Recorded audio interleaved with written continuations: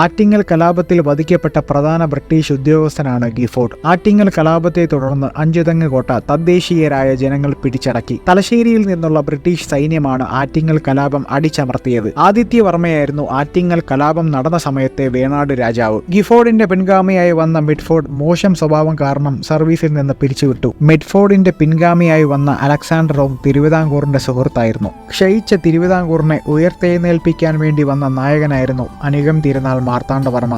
ആറ്റിങ്ങൽ കലാപാനന്തരം ഒപ്പുവെച്ച ഉടമ്പടിയാണ് വേണാട് ഉടമ്പടി.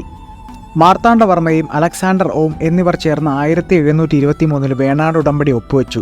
British east India company ഒരു ഇന്ത്യൻ നാട്ടുരാജ്യവുമായി ഒപ്പുവെക്കുന്ന ആദ്യത്തെ ഉടമ്പടിയായിരുന്നു വേണാട് ഉടമ്പടി.